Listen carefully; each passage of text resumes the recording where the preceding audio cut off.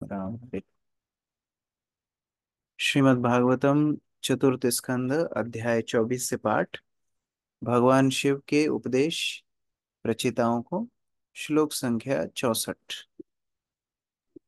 हरे कृष्णा प्रभु। सृष्टं स्वशक्तिदमनु प्रविष्ट चतुर्विधं पूरमात्मां सखेन अथो विदुंस्तं पुरुषं संतमन्त भुङ्क्ते ऋषिकैर्मधुसारघं य। नीतू माता जी। हरे कृष्णा। हे हे भगवान, आप अपनी शक्तियों के द्वारा सृष्टि कर लेने के बाद में चार रूपों में प्रवेश करते हैं। आप जीवों के अंतःकरण में स्थित होने के कारण उन्हें जानते हैं और यह भी जानते हैं कि वे किस प्रकार इंद्रिय भोग कर रहे हैं, और इस भौतिक जगत का तथा कथित सुख ठीक वैसा ही है जैसा कि शहद के छत्ते में मधु एकत्र होने के बाद मधुमक्खी उसका आस्वाद। हरे कृष्ण प्रभु। इस प्रकार चार प्रकार के जो जीव होते हैं, अर्थात जो गर्भ से पैदा होते हैं, अंडा से पैदा होते हैं, अंडजा, स्वेदजा जो पसीने से आते हैं, और अ, अ, उद्भुजा यानी पेड़ इत्यादि जो बीज से आते हैं। तो इस तरह अलग अलग चार प्रकार के जो जीव हैं, इन सब जीवों में शक्ति प्रदान करने वाले भगवान स्वयं हैं। इस तरह भगवान शिव बोल रहे हैं। और इस भौतिक संसार में किस प्रकार के सुख हैं, जैसे शहद छत्ते में लगा होता है लेकिन उसके साथ मधुमक्खी भी होती है। तो इस प्रकार इंद्रिय भोग के भौतिक जगत में शक्ति प्रदान करने वाले, जीवों को संचालित करने वाले भगवान स्वयं होते हैं। जय माता जी। तात्पर्य। यह दृश्य भौतिक जगत पूर्ण पुरुषोत्तम भगवान की बहिरंगा शक्ति का प्रदर्शन है। और चूंकि निर्जीव पदार्थ स्वतः गतिमान नहीं हो सकता, इसीलिए श्री भगवान स्वयं इस भौतिक सृष्टि में अपने अंश परमात्मा रूप में प्रवेश करते हैं। वे अपने पृथक पृथक अंशों जीवों के रूप में भी प्रविष्ट होते हैं। दूसरे शब्दों में, जीव तथा पूर्ण पुरुषोत्तम भगवान दोनों ही भौतिक सृष्टि को गतिशील करने हेतु इसमें प्रवेश करते हैं। जैसा कि भगवत गीता में कहा गया है, अपरेयमित स्तवन्याम प्रकृति विधि में पराम जीव भूताम महाभावो ययेदम धार्यते जगत। हे महाबाहु अर्जुन, इस अपरा प्रकृति के अतिरिक्त मेरी एक परा प्रकृति भी है, जिसमें सभी जीव समाहित हैं, जो भौतिक प्रकृति से संघर्ष कर रहे हैं और ब्रह्मांड को बनाए रखते हैं। क्योंकि भौतिक जगत स्वतः कार्य नहीं कर सकता, अतः जीव चार प्रकार के शरीरों में इसके भीतर प्रवेश करते हैं। इस श्लोक का चतुर्विधम शब्द महत्वपूर्ण है। इस जगत में चार प्रकार के जीव उत्पन्न होते हैं। ये हैं जरायुज, भ्रूण से उत्पन्न; अंडज, अंडे से उत्पन्न; स्वदैज, स्वदेह से उत्पन्न; तथा उद्बीज, बीज से उत्पन्न। ये जीव चाहे किसी भी प्रकार से प्रकट होते हों, लेकिन उनका उद्देश्य केवल इंद्रिय तृप्ति की दौड़ में व्यस्त रहना है। यहाँ पर भौतिकवादी वैज्ञानिकों के इस विचार का निषेध हो सकता है कि मनुष्यों के अतिरिक्त अन्य जीवों में आत्मा नहीं होता, चाहे वे भ्रूण, अंडे, पसीने या बीज से क्यों न उत्पन्न हो।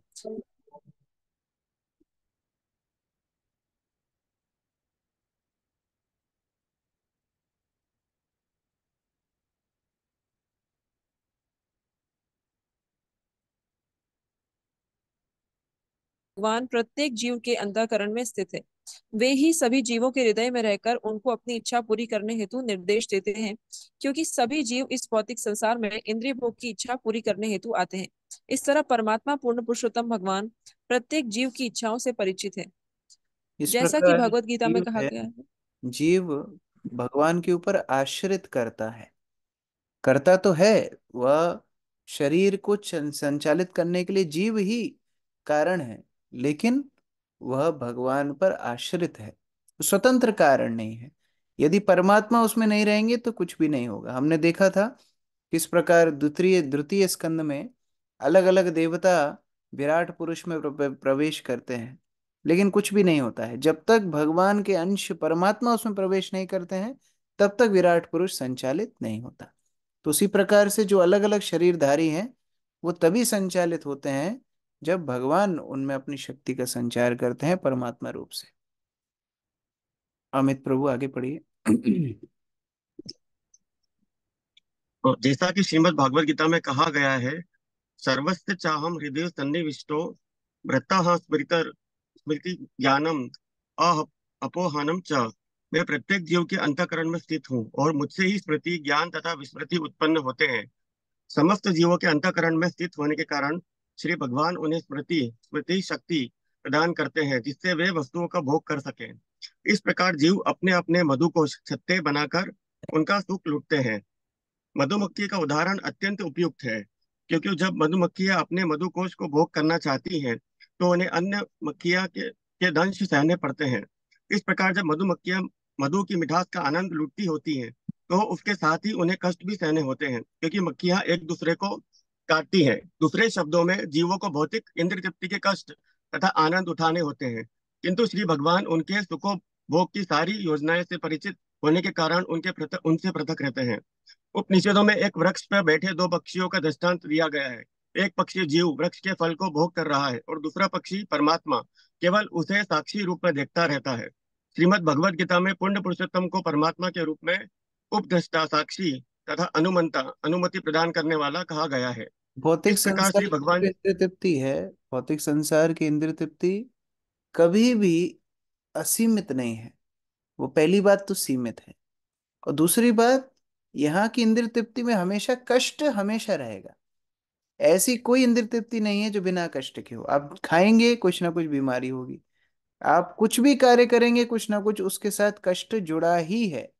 ये बिना कष्ट के भौतिक संसार में इंद्रिय तृप्ति हो ही नहीं सकती। यही संस्पर्श जाब होगा दुख यो न एवते आदि अंत कौन्तेय न तेषु रमते बुधा।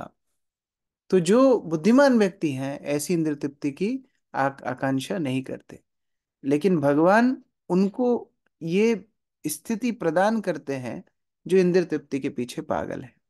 उनकी तुलना की गई है कि जैसे मानो एक वृक्ष पे दो पक्षी बैठे हों, एक पक्षी फल खा रहा हो और दूसरा उसको देख रहा हो। उसी प्रकार शरीर में दो शक्तियां हैं, एक जीव शक्ति, एक परमात्मा की शक्ति। जीव अपने कर्मों को भोग रहा है और परमात्मा उपदृष्टा रूप से उसको देख रहे हैं। प्रफुल्ल प्रभु पढ़िए। इस प्रकार श्री भगवान जीवों के मात्र साक्षी बनकर उन्हें इंद्रिय भोग की अनुमति प्रदान करते हैं। उसके उपरांत वे परमात्मा ही हैं जो बुद्धि प्रदान करने वाले, जिसमें मधुमक्खियां छत्ता बनाती है, विभिन्न फूलों से मधु लाकर उसका संग्रह करती है और फिर उसका भोग करती है। यद्यपि परमात्मा जीवों से पृथक रहते हैं, किंतु उनके मनोभावों से परिचित होने के कारण उन्हें सुविधाएं प्रदान करते हैं, जिससे वे अपने कर्मों के अच्छे या बुरे फल को भोग सके। मानव समाज भी एक मधुकोश के समान है, क्योंकि प्रत्येक व्यक्ति विभिन्न स्रोतों से मधु अथवा धन एकत्र करने तथा सबके सुख के लिए बड़े बड़े साम्राज्य बनाने में व्यस्त रहता है। किंतु साम्राज्य बन जाने पर अन्य राष्ट्र अपना दंशन प्रारंभ करते हैं, कभी कभी परस्पर युद्ध छेड़ देते हैं, और तब मनुष्यों के मधुकोश दुख के मूल बन जाते हैं। यद्यपि मनुष्य अपनी इंद्रियों के मधु को भोगने हेतु अपने अपने मधुकोश निर्मित करते हैं, किंतु उसी के साथ वे अन्य व्यक्तियों अथवा राष्ट्रों के दंशन को भी सहते हैं। परमात्मा के रूप में पूर्ण पुरुषोत्तम भगवान इन सारी गतिविधियों को देखते रहते हैं। निष्कर्ष यह है कि श्री भगवान तथा जीव दोनों ही इस भौतिक जगत में प्रवेश करते हैं, किंतु परमात्मा पूज्य हैं, क्योंकि उन्होंने ही भौतिक जगत में जीवों के सुख की व्यवस्था की है। किंतु भौतिक जगत होने के कारण बिना मादकता के कोई भी जीव किसी प्रकार का सुख नहीं भोग सकता। भौतिक सुख का अर्थ ही है मादकता, जबकि आध्यात्मिक भोग का अर्थ है पूर्ण पुरुषोत्तम भगवान के संरक्षण में विशुद्ध आनंद। लोक संख्या 65। साएष लोकान् अतिचण्ड वेगो विकर्षित्वं खलु कालयानः भूतानि भूतैर्नुमेय तत्तो घनावले वायुरिवाविशयः। गौरी शंकर प्रभु। हे भगवान, आपकी परम सत्ता का प्रत्यक्ष अनुभव नहीं किया जा सकता, किंतु संसार की गतिविधियों को देखकर कि समय आने पर सब कुछ विनष्ट हो जाता है, इसका अनुमान लगाया जा सकता है। काल का वेग अत्यंत प्रचंड है और प्रत्येक वस्तु किसी अन्य वस्तु के द्वारा विनिष्ट होती जा रही है। जैसे एक पशु दूसरे पशु द्वारा निगल लिया जाता है, काल प्रत्येक वस्तु को उसी प्रकार तितर बितर कर देता है जिस प्रकार आकाश में बादलों को वायु छिन्न भिन्न कर देती है। तो कोई बोल सकता है कि अरे भगवान इतने शक्तिशाली हैं क्या, उनके अधीनस्थ सारा संसार चलता है क्या, मैं कैसे मानूं। तो भगवान शिव बोल रहे हैं कि केवल अगर व्यक्ति काल मात्र को देख ले कि काल के प्रभाव में कैसे हर वस्तु विध्वंस होती जा रही है, वो काल मात्र को देखने से भगवान के शासन की कल्पना हम कर सकते हैं। तात्पर्य आरती माता जी। तात्पर्य, प्रकृति के नियमानुसार विनाश लीला चलती रहती है। इस भौतिक जगत के भीतर कुछ भी स्थायी नहीं है। यद्यपि वैज्ञानिक, विचारक, कर्मी तथा अन्य सभी लोग वस्तुओं को स्थायी बनाने का प्रयास कर रहे हैं। एक मूर्ख वैज्ञानिक ने हाल ही में घोषित किया है कि अंततः जीवन को विज्ञान के द्वारा स्थायी बना दिया जाएगा। कुछ तथाकथित वैज्ञानिक प्रयोगशाला में जीवों का निर्माण करने का भी प्रयास कर रहे हैं। इस तरह प्रत्येक व्यक्ति येन केन प्रकारेण पूर्ण पुरुषोत्तम भगवान के अस्तित्व एवं उनकी परम सत्ता को नकारने में व्यस्त है। फिर भी श्री भगवान इतने शक्तिमान है कि वे मृत्यु के रूप में प्रत्येक वस्तु को नष्ट कर देते हैं। जैसा कि श्री कृष्ण श्रीमद् भगवत गीता में कहते हैं, मृत्यु सर्व हरश्चाहम, मैं सबको काल कवलित करने वाली मृत्यु हूँ। श्री भगवान नास्तिकों के लिए मृत्यु तुल्य हैं, क्योंकि भौतिक संसार में वे जो एकत्र करते हैं उसे श्री भगवान उठा लेते हैं। प्रहलाद का पिता हिरण्यकश्यपु श्री भगवान के अस्तित्व को कभी भी नहीं मानता था और वह अपने 5 वर्ष के पुत्र को ही मार डालना चाहता था, क्योंकि उस बालक की श्री भगवान पर अटूट श्रद्धा थी। किंतु समय आने पर भगवान नरसिंह देव के रूप में प्रकट हुए और पुत्र के समक्ष हिरण्यकश्यपु का वध कर दिया। जैसा कि श्रीमद् भागवतम में कहा गया है, वध का यह कार्य प्राकृतिक है। जीवो जीवस्य जीवनम, एक पशु दूसरे पशु का भोजन है। मेंढक को सांप खाता है, सांप को नेवला और नेवले को कोई अन्य प्राणी खाता है। इस प्रकार श्री भगवान की इच्छा अनुसार विनाश का क्रम चलता रहता है।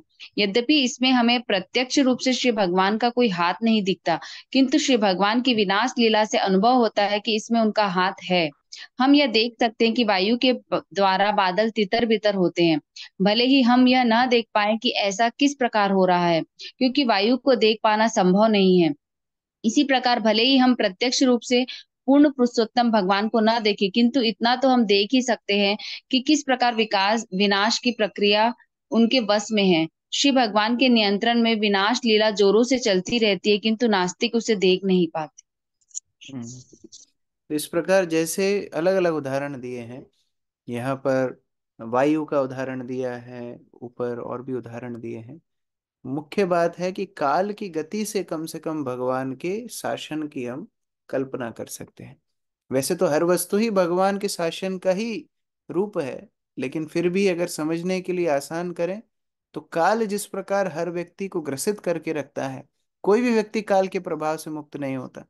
जैसे भगवान बुद्ध को एक बार किसी महिला ने बोला, काफी दुखी थी, उनके घर में मृत्यु हो गई थी, तो भगवान बुद्ध ने बोला ठीक है, मैं इस व्यक्ति को दोबारा जीवित कर दूंगा तुम्हारे लिए, तुम एक काम करो, ऐसे घर से भिक्षा करके आओ जहाँ किसी की मृत्यु आज तक ना हुई हो। तो ऐसे घर से भिक्षा करके आओ, तो मैं वो भिक्षा लेकर के तुम्हारे पुत्र को जीवित कर दूंगा।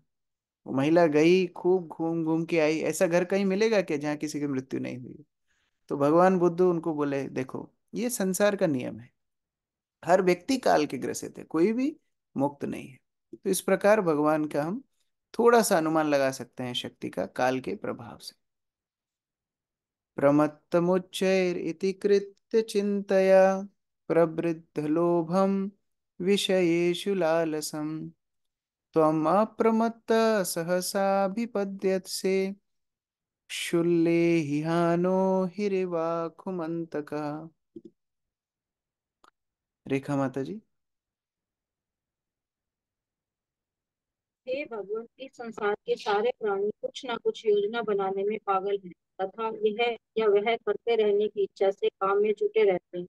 अनियंत्रित लालच के कारण यह सब होता है। जीवात्मा में भौतिक सुख की लालसा सदैव बनी रहती है, किंतु आप नित्य सतर्क रहते हैं और समय आने पर आप उस पर उसी प्रकार टूट पड़ते हैं जिस प्रकार सर्प चूहे को झपटता है और आसानी से निकल जाता है। हरे कृष्ण। इस प्रकार से हम देखते हैं खूब प्लान हम बनाते हैं, ऐसा करूंगा, 2 साल बाद ऐसा करूंगा, 5 साल बाद ऐसा करूंगा, 10 साल बाद ऐसा करूंगा। लेकिन जितने हमारे प्लान हैं काल के प्रभाव से खत्म हो जाते हैं। काल को काल सर्प भी बोला गया है। जैसे मेंढक हो या चूहा हो, ये सब बड़े प्लान बनाते हैं। हाँ, आज बढ़िया मौसम है, आज निकलूंगा, खूब मक्खियां खाऊंगा, खूब ये खाऊंगा, वो खाऊंगा। लेकिन सांप का कुछ और विचार होता है, वो जैसे ही आक्रमण करता है बस, अभी मेंढक हो चूहा हो, इसका खत्म हो गई प्लानिंग सारी। उसी प्रकार हम बहुत अच्छे से घर से निकलते हैं, हाँ आज बहुत अच्छी हमारी ये प्लानिंग है, मैं ये करूंगा वो करूंगा। लेकिन काल का प्रभाव जब होगा तो व्यक्ति को व्याधिग्रस्त हो जाएगा या फिर मृत्यु को प्राप्त हो जाएगा, कुछ ना कुछ हो जाएगा। इसीलिए भगवान के शासन को हर व्यक्ति को मानना चाहिए कि किस प्रकार यदि भगवान के संतुलन में ही सब कुछ है, तो क्यों ना मैं अपने आप को उनकी भक्ति में समर्पित करूं। बसंत प्रभु। तात्पर्य, प्रत्येक व्यक्ति लोभी होता है और वह भौतिक सुख के लिए तरह तरह की योजनाएं बनाता है। भौतिक सुख की लालसा के कारण प्रत्येक जीवात्मा को प्रमत्त, पागल कहा गया है। श्रीमद् भगवत गीता 3 अध्याय 27वें श्लोक में कहा गया है, प्रकृते क्रियमाणानि गुणे कर्माणि सर्वश अहंकार विमूढ़ात्मा कर्तारहमिति मन्यते। प्रकृति के 3 गुणों के वशीभूत होकर मोहग्रस्त आत्मा अपने को कर्मों का कर्ता मान बैठता है, जबकि वास्तव में वे प्रकृति द्वारा संपन्न किए जाते हैं। हर कार्य प्रकृति के नियमों के अनुसार संपन्न होता है और ये नियम श्री भगवान के नियंत्रण में रहते हैं। नास्तिक या मूढ़ इसे नहीं जानते। वे अपनी योजनाएं बनाने में और बड़े बड़े राष्ट्र अपने साम्राज्य विस्तृत करने में लगे रहते। फिर भी हम जानते हैं कि समय समय पर अनेक राज्य इस तरह बने और नष्ट हो गए। जनता की निधि मूर्खता से अनेक राज परिवार अस्तित्व में आए, किंतु कालक्रम में वे सब परिवार तथा राज्य नष्ट हो गए। तब भी मूढ़ नास्तिक लोग भगवान की श्रेष्ठता स्वीकार नहीं करते। ऐसे मूर्ख लोग अनावश्यक रूप से भगवान की परम सत्ता को माने बगैर अपने अपने कार्य करते रहते हैं। तथा कथित राजनीतिज्ञ अपने अपने राष्ट्र की समृद्धि बढ़ाने के लिए योजनाएं बनाने में लगे रहते हैं, किंतु सच तो यह है कि वे अपने पद को ऊपर उठाने में ही लगे रहते हैं। भौतिक पद की अपनी लालसा के लिए वे जनता के समक्ष अपने को नेता के रूप में प्रस्तुत करते हैं और उनसे वोट बटोरते हैं, यद्यपि वे पूर्ण रूप से प्रकृति के नियमों की पकड़ में होते हैं। ये आधुनिक सभ्यता के कुछ दोष हैं। ईश्वर भक्ति तथा भगवान की श्रेष्ठता को स्वीकार किए बिना जीवात्माएं अंततः अपनी ही योजनाओं से उद्विग्न और भ्रमित हो उठती है। आर्थिक विकास की अवैध योजनाओं के फलस्वरूप विश्व भर में वस्तुओं के दाम प्रतिदिन बढ़ते जा रहे हैं, जिससे निर्धन वर्ग का जीवन दूभर हो गया है और वे इसका परिणाम भोग रहे हैं। कृष्ण चेतना भक्ति के अभाव से लोग तथाकथित नेताओं तथा योजना बनाने वाले से ठगे जाते हैं। फलस्वरूप लोगों के कष्ट बढ़ते जाते हैं। प्रकृति के नियम के अनुसार जो परमेश्वर से अनुमोदित है, इस जगत में कुछ भी स्थायी नहीं हो सकता। अतः अपनी रक्षा के लिए सबों को परमेश्वर की शरण ग्रहण करनी चाहिए। इस संबंध में श्री कृष्ण ने श्रीमद् भगवत गीता 5वें अध्याय 29वें श्लोक में कहा है, भोक्ताराम यज्ञ तब शाम सर्वे लोक महेश्वरम सुहृदं सर्वभूतानां ज्ञात्वा मां शांति मृच्छति। मुनिजन, मुझे ही समस्त यज्ञों तथा तपों का परम प्रयोजन, समस्त लोकों तथा देवताओं का परमेश्वर तथा समस्त जीवों का उपकारी एवं शुभचिंतक समझ करके भौतिक कष्टों से शांति प्राप्त करते हैं। यदि कोई अपनी मन शांति तथा समाज में अमन चैन चाहता है, उसे भगवान को वास्तविक भोक्ता मान लेना चाहिए। भगवान सारे ब्रह्मांड की प्रत्येक वस्तु का स्वामी, अधिष्ठाता और साथ ही सारे जीवों का परम मित्र भी है। इसे समझकर ही लोग व्यष्टि तथा समष्टि रूप से प्रसन्नता से तथा शांति पूर्वक रह सकते हैं। हरे कृष्ण। पुरानी कथा है, जब आप लोगों ने भी सुनी होगी, कि एक मालिक जब नौकर को बोलता है कि बैगन अच्छा है कि आलू अच्छा है, तो नौकर बोलता है साहब ना बैगन अच्छा है ना आलू अच्छा है, मैं तो आपका दास हूँ, आप जिसको अच्छा बोलेंगे वही अच्छा है। तो उसी प्रकार जीव का काम क्या है? भगवान की इच्छा में अपनी इच्छा को मिलाना। हम बहुत प्लानिंग कर सकते हैं, लेकिन साथ में क्या होना चाहिए? ये सिद्धांत स्पष्ट होना चाहिए। कृष्ण इच्छा होगी तो ये फलित होगा। हम लोग कई बार भक्तों को पूछते हैं, आप प्रभु जी आप कब तक पहुंचेंगे मंदिर? बोले कृष्ण इच्छा होगी तो 7 बजे पहुंच जाएंगे। ये शब्द साथ में लगाते हैं। क्यों? क्योंकि पता नहीं भगवान की क्या इच्छा है। हमारी तो इच्छा है, लेकिन भगवान की क्या इच्छा है ये देखना चाहिए। तो ये भगवान की इच्छा के अधीनस्थ सब काम होता है। श्लोक ओके 67।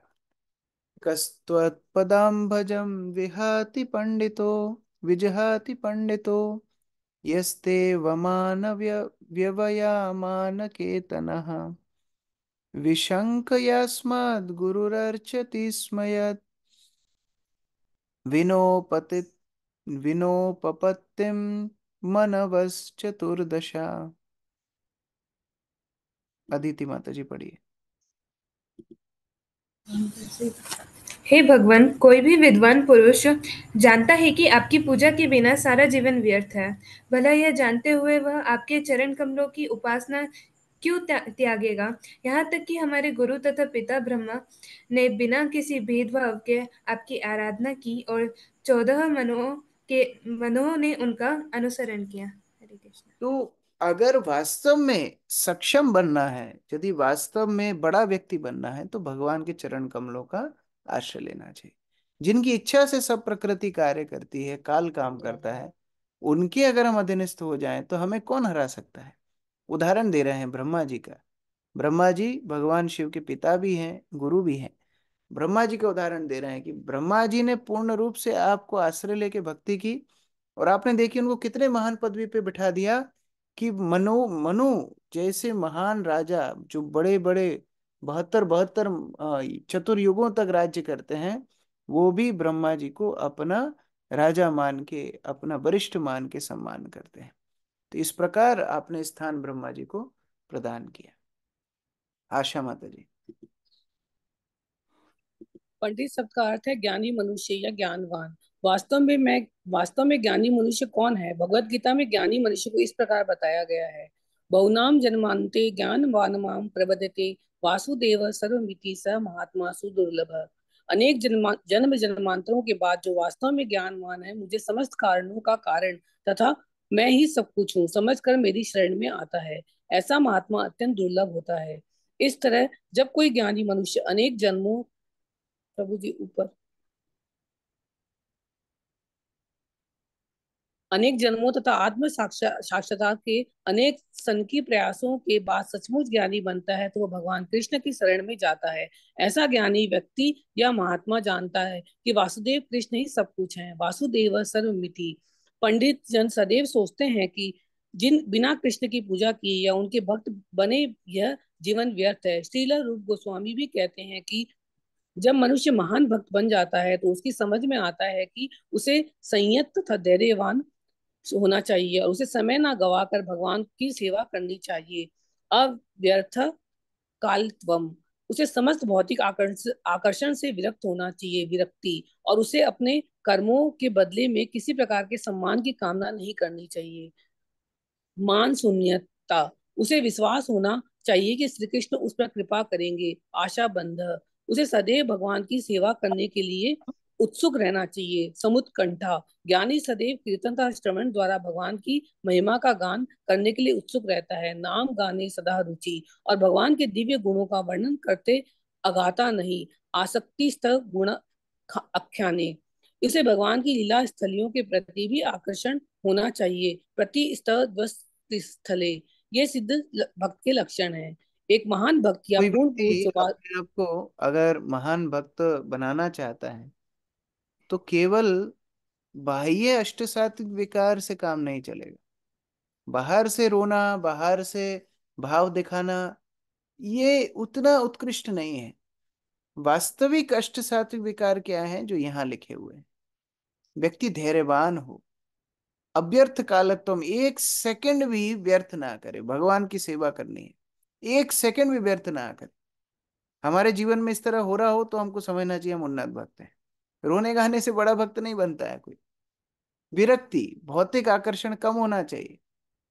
और ये सब होने के बाद ऐसा नहीं बहुत अभिमानी हो जाए, फूल जाए। मान शून्यता, सम्मान की अभिलाषा कम होना चाहिए। और फिर जब व्यक्ति दीनहीन अपने आप को मानेगा तो ये समझेगा कि मेरे प्रयास से मैं भगवान को प्राप्त नहीं कर सकता, वो जब कृपा करेंगे तभी मुझे भक्ति मिलेगी। इसको बोलते हैं आशा बंध। ये आशा रखना कि हाँ कृष्ण मुझ पे कृपा करेंगे, ये आशा को लेके वो भक्ति आगे करता है। और इससे उसको उत्साह आता है, समुत्कंठा, उत्साही रहता है भक्ति करने में, सेवा करने में, नाम करने में, श्रवण करने में। नाम गाने सदा रुचि, भगवत नाम कीर्तन और श्रवण में जिसकी रुचि हो। ऐसा नहीं जबरदस्ती अब प्रभु जी पूछेंगे तो क्लास में आना है, 16 माला का नियम ले लिया तो अब क्या करना ही पड़ेगा, ऐसा नहीं, रुचि के साथ आसक्ति धीरे धीरे भगवान के नाम गुण रूप लीला से बढ़ानी। इस तरह ये लक्षण है उन्नत भक्त के। मीनू माता जी पढ़िए आगे। एक महान भक्त या पूर्ण पुरुष जो वास्तव में पंडित है, वह भगवान के चरण कमलों की सेवा का परित्याग नहीं कर सकता। यद्यपि ब्रह्मा की आयु दीर्घ 4,32,00,000 वर्ष ब्रह्मा के एक दिन अथवा 12 घंटे के बराबर तो भी ब्रह्मा जी मृत्यु से भयभीत रहते हैं कि भगवान की भक्ति करते हैं। इसी प्रकार सारे मनु भी जो ब्रह्मा के एक दिन में प्रकट होते तथा विलुप्त होते हैं रहते हैं, भगवान की भक्ति करते हैं। ब्रह्मा के एक दिन में 14 मनु प्रकट होते और लुप्त होते हैं। प्रथम मनु स्वयं भू मनु है। प्रत्येक मनु 71 युगों तक जीवित रहता है, जिसमें से प्रत्येक युग 83,20,000 वर्षों तक रहता है। इस तरह यद्यपि मनुओं की आयु काफी लंबी होती है, किंतु वे अपने अगले जीवन के लिए भगवान की भक्ति करते रहकर तैयारी करते हैं। इस युग में मनुष्य केवल 60 से 80 वर्ष तक जीवित रहता है और लघु आयु भी क्रमशः घटती जा रही है। इसलिए मनुष्यों के लिए और भी आवश्यक है कि भगवान चैतन्य महाप्रभु के बताए गए हरे कृष्ण मंत्र के सतत कीर्तन द्वारा भगवान के चरण कमलों की पूजा करें। एक ऋषि थे जिनको ये वरदान था कि उनके शरीर पे जितने रोम छिद्र बाल हैं, वो एक एक बाल जब गिरेंगे वो एक एक कल्प जिंदा रहेंगे। मतलब एक कल्प मतलब होता है 1,000 चतुर्युग। अब शरीर में कितने बाल होते हैं? सर के बाल तो लोगों के उड़ जाते हैं, वो बात अलग है, पूरे शरीर में कितने बाल होते हैं? एक एक बाल एक एक कल्प, इतना लंबा उनका जीवन था। और वो प्रवचन कर रहे थे अपने भक्तों को कि मनुष्य जीवन बड़ा छोटा है, भगवान की भक्ति करो। और हमारी स्थिति क्या है? बहुत टाइम है प्रभु जी, अभी काम काज देखने हैं, घर देखना है, ये देखना है, वो देखना है, हमारे पास भक्ति के लिए समय नहीं। तो ये हमारे अहंकार है, वास्तव में ये अहंकार है। जब कोई व्यक्ति के घर में आग लगी हो, उसको समझाने कोई जाए, भैया तुम निकलो तुम्हारे घर में आग लग रही है, और वो बोले नहीं तुमको क्या मालूम, घर गृहस्थी में कितने काम होते हैं, तुमको क्या मालूम, अभी मैंने खिचड़ी चढ़ाई है, अभी मैंने वॉशिंग मशीन में कपड़े रखे हैं, ये सब हटा लूं फिर घर से जाऊंगा, वो मूर्ख का अहंकार उसको जला देगा। इसीलिए भक्ति में विनम्रता चाहिए। विनम्र जो भक्त है वही भक्तों के आदेशों को गंभीरता से ले पाएगा। राजीव प्रभु आगे बढ़िए। तदपि सुनीतेन सरोरु सैंसुना अमानिना मानदेना कीर्तनिया सदा हरि शिक्षा थी। जब कोई भक्ति में व्यस्त रहता है तो उसके चारों ओर विश्वासी लोग रहते हैं और प्रायः उसके शत्रु उसे परास्त करना चाहते हैं या उसकी भक्ति को भंग करना चाहते हैं। इस युग के लिए कोई नई बात नहीं है, क्योंकि प्राचीन काल में भी भगवत भक्ति में व्यस्त प्रहलाद महाराज को उनकी असुर पिता हिरण्यकश्यप ने यातना पहुंचाई थी। नास्तिक सदैव भक्त को तंग करने के लिए उद्यत रहते हैं। अतः चैतन्य महाप्रभु ने सुझाव दिया है कि मनुष्य को ऐसे लोगों के प्रति सहिष्णु होना चाहिए। तो भी मनुष्य को हरे कृष्ण मंत्र का कीर्तन करते रहना चाहिए और उसका उपदेश भी करना चाहिए, क्योंकि ऐसे उपदेश तथा कीर्तन से ही जीवन सिद्धि मिलती है। मनुष्य को सभी प्रकार से अपने जीवन को पूर्ण रूप से सिद्ध बनाने की आवश्यकता का प्रचार करना चाहिए और कीर्तन करना चाहिए। इस प्रकार मनुष्य को चाहिए कि भगवान की भक्ति में लगा रहे और ब्रह्म इत्यादि पूर्व आचार्यों के पद चिन्हों पर चले। हरे। इस प्रकार विनम्र भाव से भगवान के भक्तों का आश्रय लेके उनके आदेशों का पालन करके जब व्यक्ति भक्ति में आगे बढ़ने का प्रयास करता है, कालक्रम में भी उसका कुछ विनष्ट नहीं होता। शरीर छोड़ के भगवत धाम प्राप्त करता है। बहुत सुंदर उपदेश। कल इस अध्याय का आखिरी दिन होगा संभवतः, और हम लोग प्रयास करेंगे प्रश्न उत्तर लेने के। अगले हफ्ते से, सॉरी, इसी हफ्ते से, परसों से ऐसी कोशिश रहेगी कि हम पुरंजन आख्यान शुरू करें। तो उसके ऊपर मेरे पास कुछ पीपीटीज हैं। मैं क्या करूँगा, पहले अध्याय हम लोग पढ़ लेंगे, फिर पीपीटीज से हम रिवीजन करेंगे, क्योंकि उसमें काफ़ी दृष्टांत ऐसे बताए हैं जो कि थोड़े समझने में डिफिकल्ट हैं अगर व्यक्ति मिस कर जाए तो। बहुत रोमांचक भी है क्योंकि कहानी के रूप से नारद मुनि बता रहे हैं, लेकिन थोड़ा सा कभी कभी व्यक्ति मिस कर जाए तो समझ में नहीं आता कौन क्या था। इसलिए हम लोग उसका साथ साथ में रिवीजन भी करेंगे। हरे कृष्णा।